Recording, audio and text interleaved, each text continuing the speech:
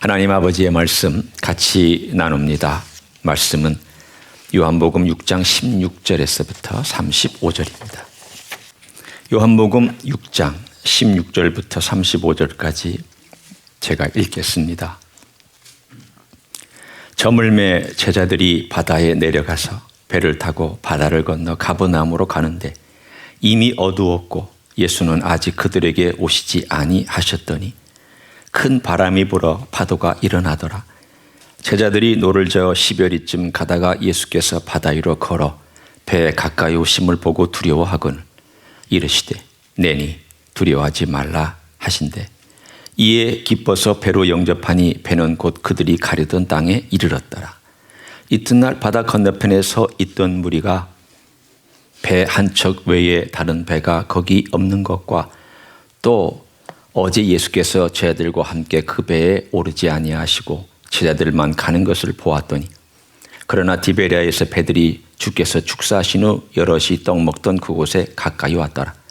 무리가 거기에 예수도 안 계시고 제자들도 없음을 보고 곧 배들을 타고 예수를 찾으러 가버나움으로 가서 바다 건너편에 만나 랍비여 언제 여기 오셨나이까 하니 예수께서 대답하여 이르시되 내가 진실로 진실로 너에게 이르노니 너희가 나를 찾는 것은 표적을 본 까닭이 아니요 떡을 먹고 배부른 까닭이로다. 썩을 양식을 위하여 일하지 말고 영생하도록 있는 양식을 위하여 하라. 이 양식은 인자가 너에게 주리니 인자는 아버지 하나님께서 인치신 자니라. 그들이 묻되 우리가 어떻게 하여야 하나님의 일을 하오리이까? 예수께서 대답하여 이르시되 하나님께서 보내신 이를 믿는 것이 하나님의 일이니라 하시니 그들이 묻되 그러면 우리가 보고 당신을 믿도록 행하시는 표적이 무엇이니까? 하시는 일이 무엇이니까? 기록된 바 하늘에서 그들에게 떡을 주어 먹게 하였다 함과 같이 우리 조상들은 광야에서 만나를 먹었나이다.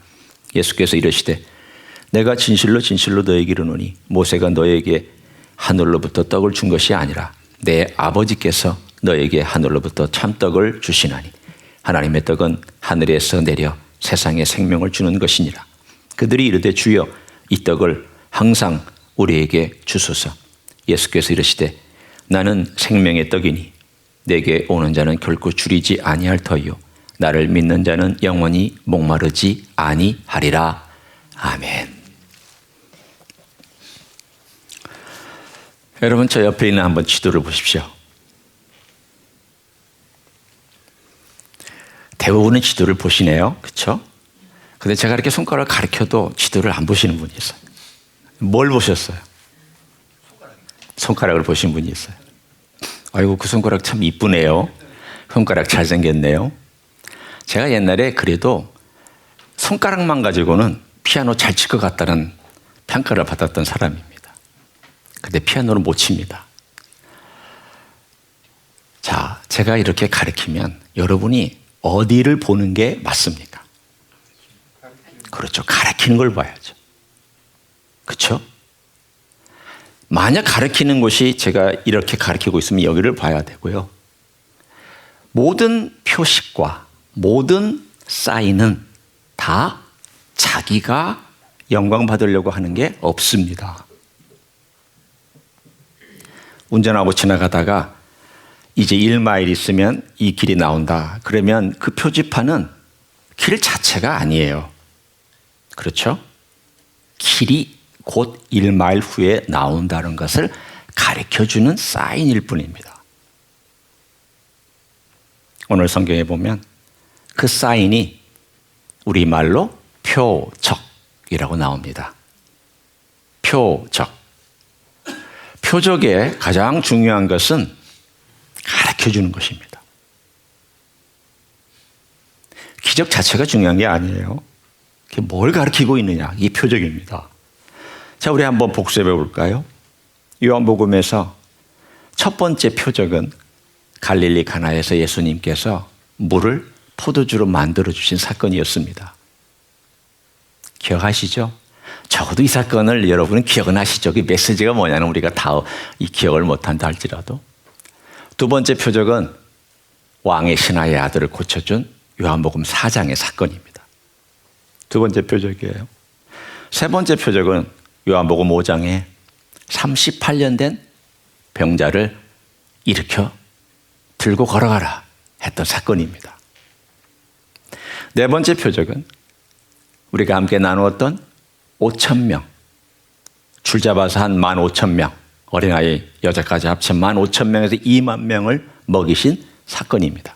네 번째 표적입니다. 다섯 번째 표적은 오늘 우리가 읽었던 무리를 거둔 그러한 표적입니다. 다 요한은 표적이라고 말하고 있습니다. 왜 표적이라고 말하고 있느냐? 보통 기적과 이사라고 얘기하지 않습니까?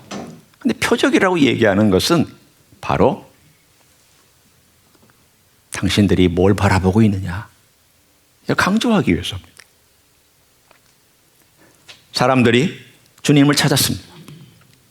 오병이어의 사건, 그 사건 때문에 온 소문이 쫙 퍼졌습니다. 가버나움 그 지역에 있는 벳세다, 온 갈릴리 지역에 와 대단한 선지자가 나왔다고. 그분이 빵 5개하고 물고기 2 가지고 2만 명 가까이가 먹었다고. 세상에 어떻게 그런 일이 가능한지 우리가 직접 경험해봤다.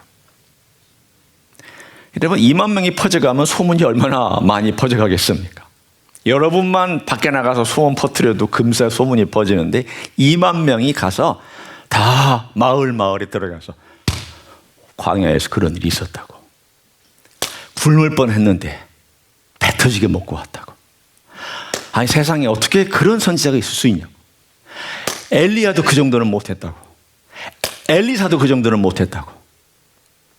그러자 그 기적에 참여하지 못했던 사람들이 혹은 그 가운데 참여했던 사람들이 가버나움에서 예수님을 만나서 이렇게 얘기를 합니다. 우리에게 또 주십시오. 또 기적을 베풀어 주십시오. 그러자 예수님께서 그들의 내면의 동기를 아셨습니다. 그리고 말씀하셨습니다. 너희들은 표적을 본 게 아니다. 먹고 배불렀다. 바꿔 얘기하면 기적을 본 거예요. 기적을 경험한 것뿐이지 표적을 보는 게 아니었구나.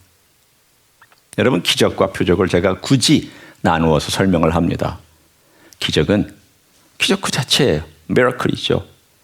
놀라운 초자연적인 현상이 일어나서 오병이어 가지고 한 2만 명이 먹은 거 기적이죠. 표적은요. 그게 뭘 가리키고 있느냐. 이게 표적이에요.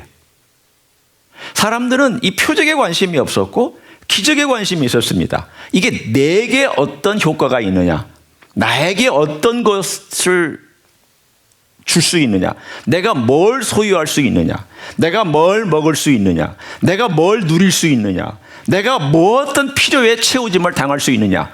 나 중심인 기적입니다. 표적은요, 나 중심이 아니에요. 가르치고 있는 대상 중심이에요. 오늘 주님께서 아무리 기적을 행하셔도 사람들은 그 기적에 가르치고 있는 중요한 것을 깨닫기보다는 늘 눈앞에 있는 것들과 당장에 있는 필요와 당장에 내가 먹고 마셔야 되는 것과 내가 당장에 얻어야 될 것들에 모든 관심이 쏠려 있었습니다. 나는 아니라고요? 과연 그럴까요? 여러분은 표적 보고 사세요? 기적 보고 사세요? 갑자기 어려운 일이 닥치고 힘든 일이 닥치면 예수님께서 뭔가 이런 일들을 통해서 나에게 사인을 주시나 보다라고 생각하세요? 아니면 그것에 휘말려서 거기서 그냥 진흙탕에서 그냥 씨름하고 그러다가 하나님은 왜 나한테 이런 시련을 주시나? 나는 왜 이렇게 어려운 일이 자꾸 생기나? 왜 남들은 잘 사는 것 같은데 나는 이렇게 힘든가? 그렇게 말씀하세요. 만약 여러분이 제가 이제 얘기했던 후자 쪽이라면 여러분은 기적만 찾고 사는 사람이고요. 여러분이 전자라면 표적을 경험하고 그 가리키는 것을 자꾸 바라보려고 하는 사람은 다르게 살아요. 오늘 주님께서 우리들에게 이 사건을 통해서 알려주는 것이 바로 그것입니다.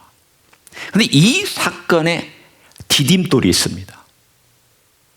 디딤돌이란 뭐냐면 더 중요한 핵심적인 깊이 있는 내용으로 들어가기 전에 그 앞에 어떠한 사건이나 이야기를 통해서 그 다음 사건을 더 이해하기 쉽게 만들어주는 것을 디딤돌이라고 얘기를 합니다. 스태핑 스톤이죠. 그게 뭐냐?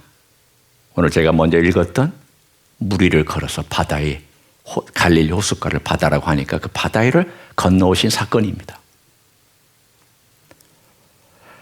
요한복음에 보면 아주 짧게 나옵니다. 16, 17, 18, 19, 20절. 그리고 스토리도 아주 심플하게 묘사하고 있습니다. 마가복음이나 마태복음을 보면 제법 자세히 나와 있습니다. 왜 그랬을까요? 여러분이 작품을 읽을 때, 성경을 읽을 때 그 저자의 의도라는 게 있잖아요. 그렇죠? 이 저자가 뭘 요구하고 꼭 뭘 드러내려고 하는 것인가를 아는 사람은 그 저자의 의도를 따라가고, 저자의 의도를 모르는 사람은 자기 마음대로 그냥 읽어버리고 해석해버립니다. 요한은 성령의 감동으로 이 이야기를 여기에 5번째 기적으로 심으는 이유가 있습니다. 그것은 바로 그들이 두려워서 떨 때, 당연히 두렵죠. 자기들이 밤새 노저었는데도 심리밖에 못 갖고 호수 한가운데 있었으니까. 그것도 바람은 불고 파도는 거칠게 때려치고 있었으며, 그들을 때리고 있었으며, 그들은 사실은 죽을 똥살똥 그 호수에서 벗어나기 위해서 애를 쓰고 있었으니까. 무려 10시간 가까이. 여러분은 뱃사람이 아니니까 10시간 정도 호숫가나 깜깜한 가운데서 헤매고 있는 그런 경험은 없으실 거예요. 그럼 한번 상상해 보십시오. 깜깜한데 파도는 몰아치고 배 침몰할까 겁나고, 아무리 뱃사람이라도 보이지 않는 이런 상황 속에서 10시간을 헤매고 있는 두렵지 않을 수 있을까? 혼이 다 빠졌죠. 혼비백산하고 있었습니다. 그때 갑자기 저 거리에서 뿌연 어둠 속 물보라도 일어나고 있는 가운데 한 사람이 쭉 걸어오는 걸 보이면 여러분 같으면 뭐라고 하겠어요? 귀신이다. 우리말로는 귀신이다. 성경에는 유령이다. 이렇게 나와 있습니다. 당연한 반응이죠. 그런데 주님께서 그런 그들에게 야단치지 아니하고 내니 두려워하지 말라라고 말씀하셨습니다. 근데 여기 왜 내니가 중요하냐고요? 영어의 표현에 보면은 이 내니는 I am입니다. I am. 아주 심플한 단어예요. I am. 그러면 이걸 직역하면 나는 있다, 이 뜻이잖아요. 우리말로는 내니 이렇게 되어 있지만 이 표현은 사실은 좀 정확한 뜻을 전달하는 번역은 아닙니다. 이것은요, 히브리어의 야훼이라는 단어를 헬라어로 번역한 거예요. 보통 히브리 말의 야훼라는 말은 I am who I am으로 영어로 번역할 수 있습니다. 헬라어를 그대로 번역한 영어는 I am who I am이에요.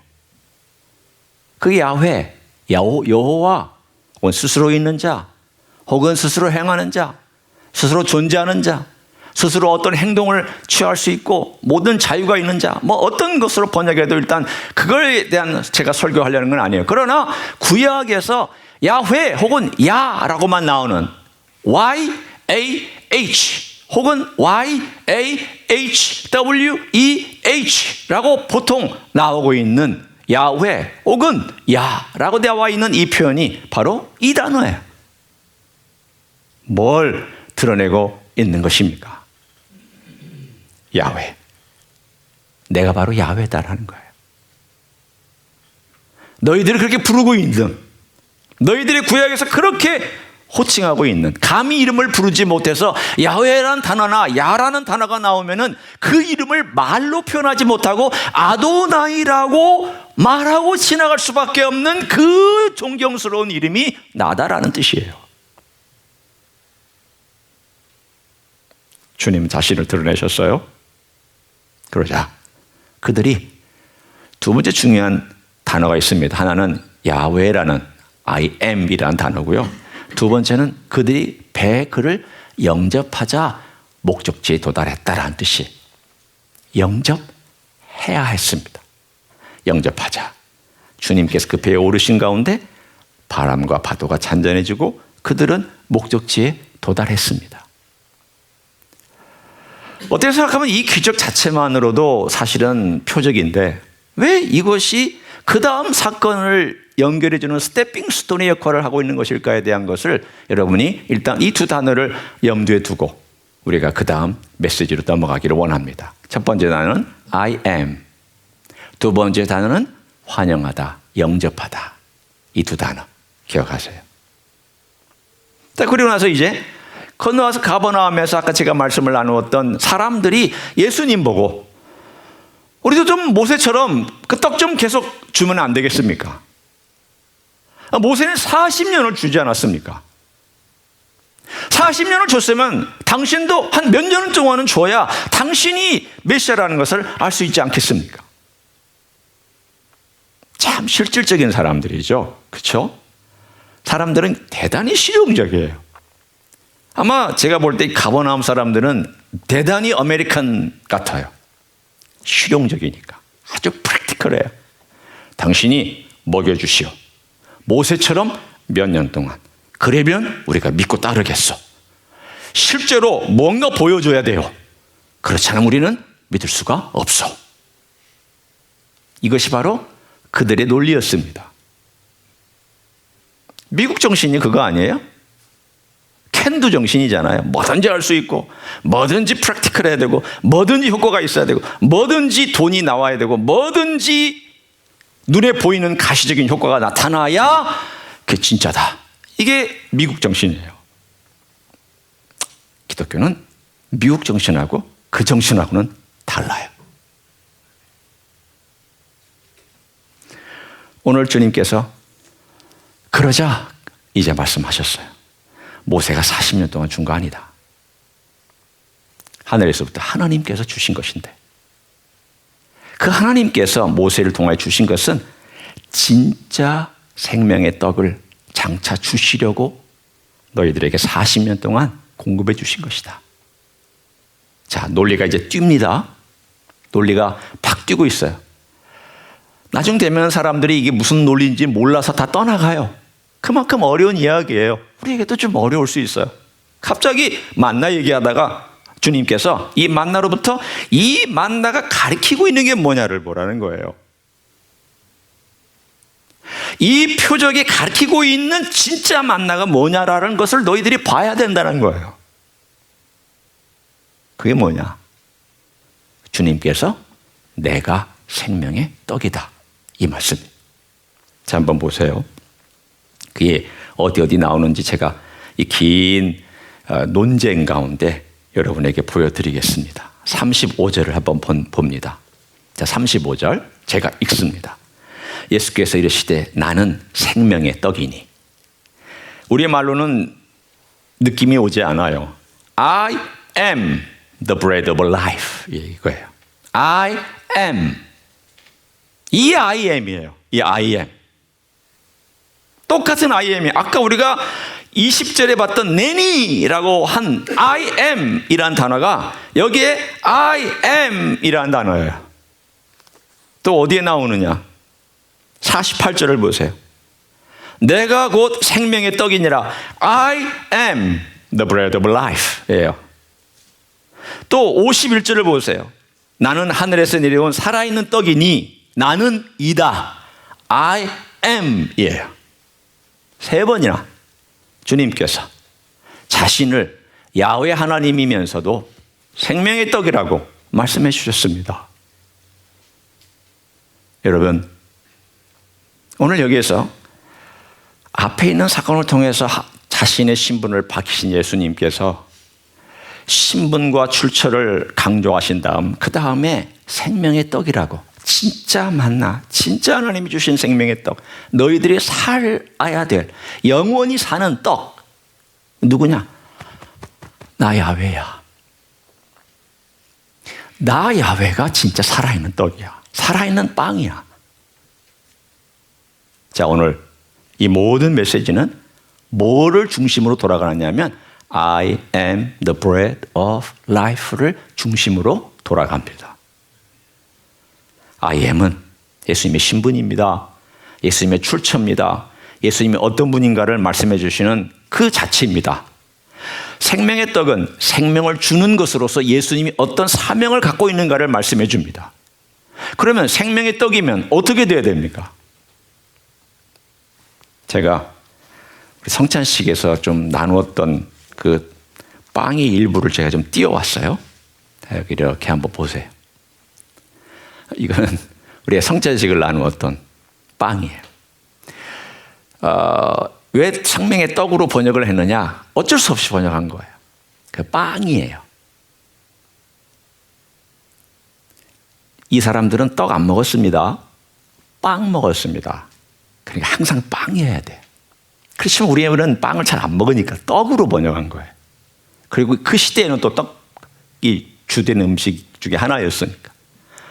자, 제가 이것을 먹으려면 어떻게 해요? 손으로 자르든지 아니면 입으로 뜯어내든지 해야 돼요. 맞아요? 틀려요? 뜯어내야 돼요. 내 입에 들어가기 위해서는 내 이빨이나 입술이나 내 손으로 break 해야 돼요. 그래서 영어 성경에는 break라는 단어를 썼어요. break bread라고. 빵을 떼어낸다. break 한다라고 그랬어요. 예수님이 이 땅에 오신 것은 자신이 생명의 빵으로 브레이크 되기 위해서 오신 거예요. 브레이크 되지 아니하면 그 빵은 아무 쓸모가 없어요. 아무 쓸모 없어요. 그냥 빵인 거예요. 그냥 저기 있는 저 빵이에요. 나하고 아무 상관이 없어요. 나하고 상관이 있으려면 브레이크 돼야 돼요. 그래서 주님께서 말씀하신 거예요. 내가 네 안에 들어가서 너의 일부가 되려면 내가 브레이크 돼야 된다. 내 육체가 찢겨져야 된다. 내 살이 찢겨져야 된다. 내 살이 찢겨져서 피가 흘려져야 된다. 그래야만 내가 네 안에 들어갈 수 있다. 이것이 두 번째, 내가 생명의 떡이라는, 생명의 빵이라는 두 번째 메시지예요. 첫 번째는 야훼 하나님, 그분께서 인간이 되셔서 이 땅 위에 생명의 빵으로 오셨다. 그런데 그 생명의 빵은 찢겨져야만 했다. 그게 운명이다. 찢겨져야만 내가 너와 관계를 맺을 수가 있다. 찢겨져야 됐어요. 십자가가 그거예요.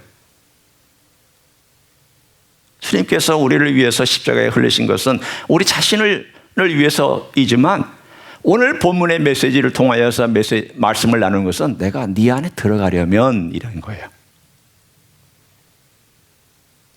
내가 어떻게 내 안에 들어오시는 거예요?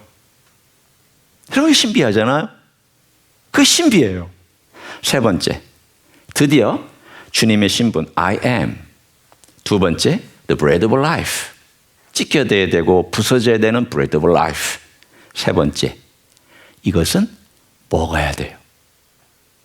그런데 이 먹는다는 단어하고 유사한 단어가 지금 계속 반복해서 등장합니다. 자, 이제 여러분과 함께 이제 빵 조각은 요 아래 내려놓고 이제 성경으로 다시 돌아와서 봅니다. 21절을 보세요. 이에 기뻐서 배로 어떻게 했다고요? 말씀해 보세요. 배로 어떻게 했습니까? 영접했죠. 자, 그럼 그 다음 두 번째 단어는 29절입니다. 예수께서 대답하여 이르시되 하나님께서 보내신 이를 어떻게 하는 것이? 믿는 것이라고 되어 있습니다. 또 35절을 봅니다. 예수께서 이르시되 나는 생명의 떡이니 내게 오는 자는 결코 줄이지 아니할 터요 나를 어떻게 하는 자는? 믿는 자는. 자, 47절로 갑니다. 진실로 진실로 너에게 이르노니 그 다음 어떤 자는? 믿는 자는 영생을 가졌나니. 이게 두 번째 단어예요. 첫 번째 단어는 영접했다. 두 번째 단어는 믿다. 그리고 세 번째 단어가 아까 우리가 나눴던 먹다 마시다예요. 그럼 이 세 가지 단어는 어떤 뜻이에요? 다 같은 뜻이에요. 다 같은 뜻이에요. 내 인생에 왜 주님을 영접해야 되고요? 내가 주님을 믿어야 돼요. 근데 그 믿는다는 것을 주님께서는 떡과 잔을 통해서 뭐라고 말씀하셨냐면 그것은 너희가 먹고 마셔서 안으로 들어가야 되게 해야 된다라는 거예요. 똑같은 메시지를 지금 주님께서는 이 모양으로 저 모양으로 이 사건으로 저 사건으로 계속해서 반복해서 우리들에게 알려주신 거예요. 그럼 도대체 믿는다는 게 뭡니까? 영접한다는 게 뭡니까? 먹는다는 게 뭡니까? 마신다는 게 뭡니까? 적어도 두 가지가 들어가야 됩니다. 하나는 여러분이 예수님께서 우리를 위해서 십자가에서 죽으시고 부활하셨다는 것을 그 사실을 믿어야 되죠. 받아들여야 돼요. 그걸 우리는 보통 뭐라고 얘기하냐면 프린시플을 받아들인 거예요. 진리를 받아들이고 프린시플, 명제를 받아들이는 거예요. 아, 그렇구나. 그렇게 하셨구나. 받아들이는 거예요. 그런데 이것만 가지고는 안 돼요. 뭐가 있어야 되냐면 person이 있어야 돼요. person. principle and person. principle을 받아들였으면 person을 받아들여야 돼요.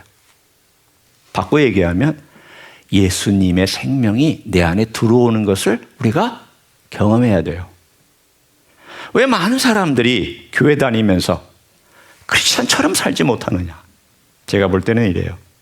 프린시플은 믿고 따라가는 것 같은데 주님과의 만남이 없어요.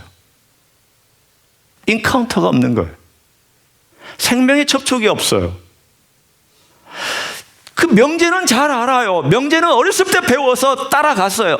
명제는 어렸을 때부터 계속 들어서 이해했어요. 그런데 예수님과의 인카운터가 없기 때문에, 만남이 없기 때문에, 생명의 만남이 없기 때문에 명목상의 크리스찬으로 살아가는 사람들이 생각보다 많이 있습니다. 예수님 말씀하셨습니다. 내가 네 안에 들어가야 된다. 어떻게 들어오십니까?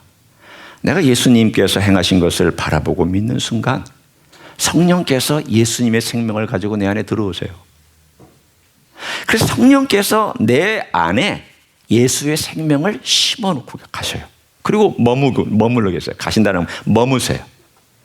그러니까 내 안에 예수님의 생명이 머물러야 되고 이 생명은 자라나도록 돼 있어. 이걸 혁명이에요. 이 혁명적인 사건이 내 안에 있는 사람은 알아요. 아, 내 안에 새로운 생명이 있구나. 이 생명은 내 안에서 자라고 있구나. 이 생명은 놀라운 일들을 일으키고 있구나. 그걸 알아요. 경험해요. 늘 프린시플만 알고 살아가는 사람은 바리새인입니다. 바리새인 성경 잘합니다. 여러분보다 구약을 더 명확하게 알고 더 명확하게 섬깁니다. 지금도 유대인들은 여러분보다 훨씬 더 종교적입니다. 정통 유대인이 얘기하는 건 피입니다. 그런데 뭐가 문제입니까? 그들은 프린시플은 알고 있지만, 물론 지금 제가 구약만을 갖고 얘기하는 거예요. 그 프린시플보다 더 중요한 퍼슨에 대한 인식이 없어요. 하나님을 인격적으로 만나야죠. 구약의 선지자의 제일 중요한 메시지가 뭐였어요? 너 하나님을 좀 알아라는 거 아니에요? 너 하나님을 섬겨라 아니에요? 제사를 드릴 때에 좀 네 마음으로 하나님을 만나면서 제사 드리고 예배 드려야 그거 아니었어요? 선지자의 외침이었잖아요. 그렇게 외치고 그렇게 목 놓아 부르시었지만 그들은 예수님 올 때까지 바뀐 게 없었어요. 바뀐 게 없었어요.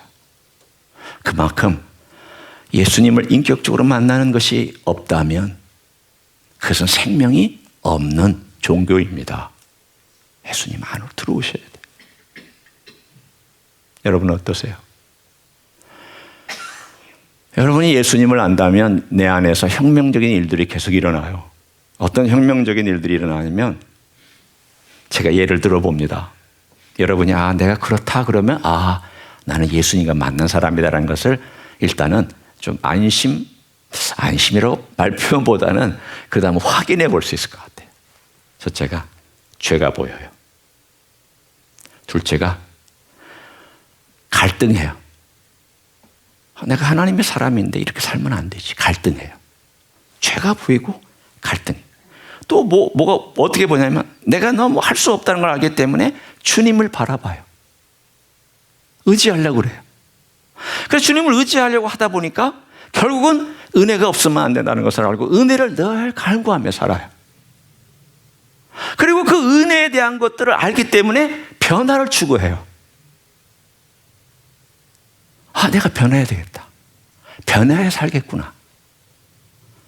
이 모든 과정들이 내가 혁명을 겪고 있는 과정들이에요. 건강한 혁명을 겪고 있는 과정들이에요. 이게 없으면 여러분은 아직 혁명이 일어나고 있는 것이 아닙니다. 이게 있으면 여러분은 혁명을 겪고 있습니다. 제가 볼 때 인류 역사의 제일 어려운 혁명이 뭐냐? 여러분 성질이 바뀌는 거잖아요. 제일 어려운 혁명이에요. 한번 솔직하게 얘기해 보세요. 여러분이 바뀌는지 안 바뀌는지. 안 바뀐 사람은요, 아직 혁명이 없는 사람이고요. 바뀌어가는 사람은 혁명이 일어나고 있는 거예요. 여러분이 건강한 혁명을 겪고 있으십니까? 그렇다면 내가 정말 나 때문에 주님 죽으셨구나. 나 때문이에요? 내 남편 때문이 아니고 저 권사 때문이 아니라 나 때문이에요. 내 자식 때문이 아니라 나 때문이죠. 그리고는 그 갈등 속에서 어찌할 바를 몰라 십자가 바라고 주님 바라보게 되어 있어요. 표적의 역할을 하는 거예요. 모든 것들이 표적이에요. 누구를 바라보라고? 예수 그리스도를 바라보라고. 그래서 예수 그리스도를 바라보고 살아요. 그러면서 그 바라보는 가운데 바라보다 보니까 나와 주님의 인격은 너무 차이가 많아. 주님은 이런 인격인데 나는 이런 정도 인격밖에 안 돼요. 그러니까 이 인격을 덧입으려고 주님께 간구할 수밖에 없어요. 당연히 간구해야죠. 나는 아무리 노력해도 안 되니까. 근데 어떻게 원수를 용서해요? 여러분 용서할 수 있어요? 원수 용서할 수 있어요? 어우야 대단하신다. 안 되더라고요. 저는 잘. 자식은 용서가 돼요. 나에게 잘해준 사람은 용서가 좀 되는데 나에게 잘해주지도 않으면서 나를 막 비난하는 사람은 정말 용서가 잘 안 돼요.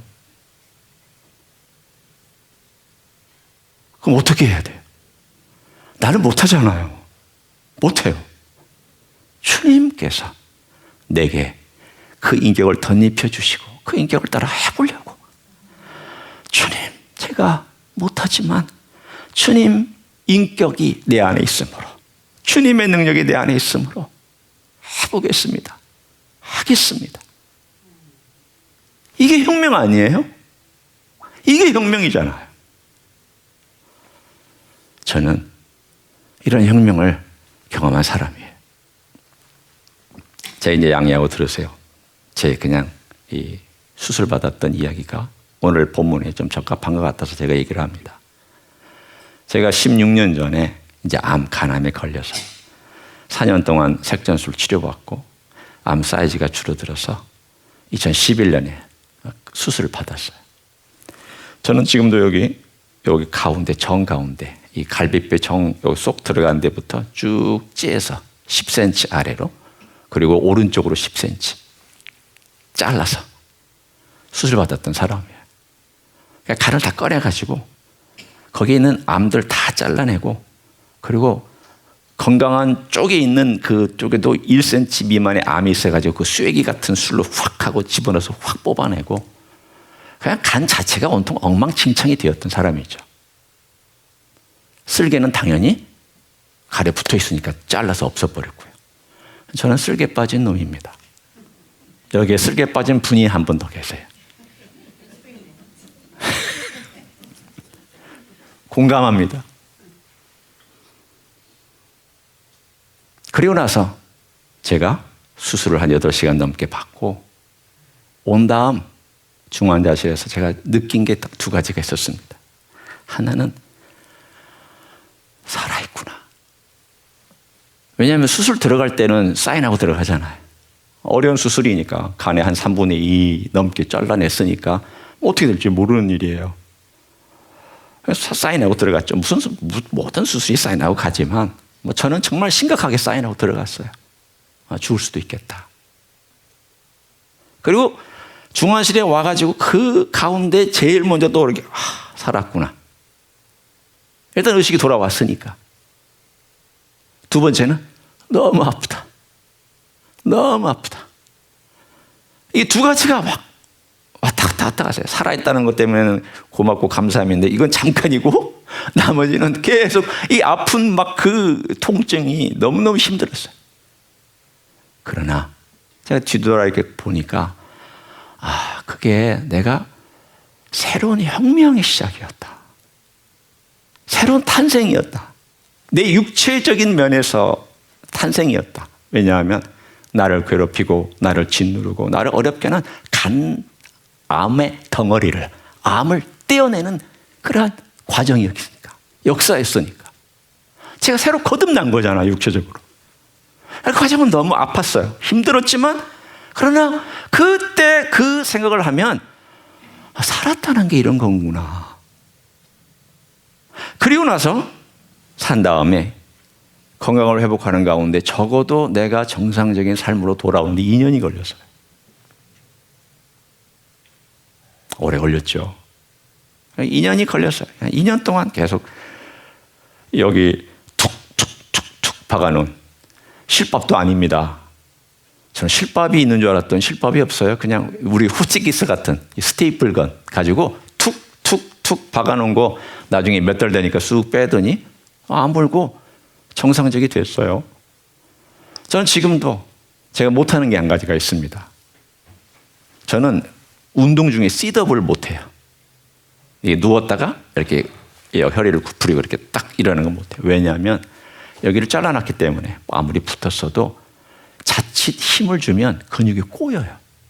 요 윗근육과 아랫근육이 이렇게 다 있지만 같이 움직이지 않아요. 따로따로 움직이니까 꼬여요. 그래서 해보려고 노력을 하다가 엄청 고통 가운데 그냥 신음하고 포기하고 했어요. 지금도 못해요. 그 운동은 제가 못해요.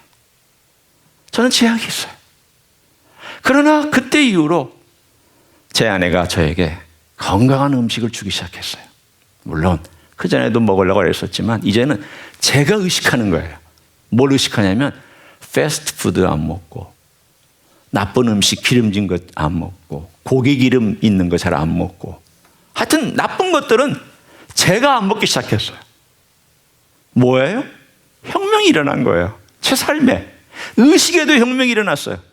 제 몸에도 새로운 탄생의 혁명이 일어났지만 제 의식에도 혁명이 일어났어요.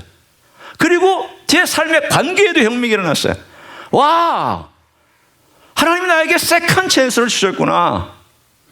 내가 그동안 소홀히 했던 사람들을 내가 소홀히 하지 말아야 되겠다. 내가 정말 소중한 사람들을 내가 상처 주지 말아야 되겠다. 많은 생각을 했어요. 주님이 세컨 찬스를 주신 것 때문에 혁명이 일어났어요. 영적으로도 주님 바라보며 살려고 얼마나 그때 간절히 기도하는지 몰라요. 운동할 때마다, 걸어다닐 때마다 주님 조금 더 걷게 해주세요. 처음에는 10m 걷다, 15m 걷다, 20m 걷다, 그 다음 500m 걷다가 1km 걷다가 그 다음 5km. 나중에 제가 한 2년, 3년, 4년 되니까 제가 정상적인 사람들의 범위만큼을 걸을 수 있게 됐더라고요. 그 순간마다 기도했어요. 하나님, 더 걸을 수 있게 해주세요. 주님, 제가 이 건강을 회복하여서 주님 위해서 어디든지 제가 가서 일하게 해주세요. 여러분, 그 기도 덕에 제가 여기 와 있습니다.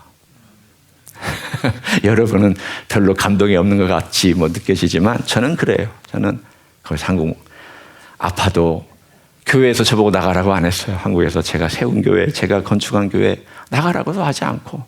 그렇지만 제가 너무 오래 있다 보니까 미안해서 나왔어요. 그 교회에서. 그리고 미국 왔는데 하나님께서 또 이렇게 세컨 찬스를 주셔서 이렇게 일할 수 있도록 해주신 것이 얼마나 감사해요. 저에게 혁명이에요. 제 몸도, 제 정신도, 제 의식도, 제 관계도 그 영적인 삶도 하나님께서 어려운 고난을 통해서 혁명을 일으켜서 네가 사는 게 아니다. 네가 나를 먹어야 산다. 네가 나와 함께해야 산다. 네가 내 인격을 먹어야 네가 인격체가 되고, 네가 내 생명을 먹어야 진짜 생명으로서 삶을 나눌 수가 있는 것이다. 이걸 계속 주님께서 가르치고 또 가르치고 또 가르치고 해서. 사랑하는 성도 여러분, 우리 신앙은 오늘 주님께서 말씀하신 이 내용이에요. 주님 생명이 내 안에 들어오면 혁명적인 일들이 계속 일어나는데, 그 혁명적인 일들은 도대체 남들이 이해하지 못하는 혁명이 일어나기 시작해요. 이 세상의 일들이 조금 더 관심이 줄어들고 주님의 일에 관심이 더 많아지고, 과거에는 소중하게 여겼던 것들, 그것들이 그렇게 시큰둥해지고 하늘의 것들이 더 소중해지는 이런 과정을 쭉 밟아나가기 시작해요. 여러분, 이게 혁명인 줄로 믿습니다. 그런 놀라운 혁명을 오늘 하루도, 그리고 여러분 평생 동안 우리 주님의 생명이 여러분 안에 계속 자라고 계속 힘있게 역사함으로 풍성하게 누리시기를 예수님의 이름으로 간절히 축원합니다. 기도하겠습니다.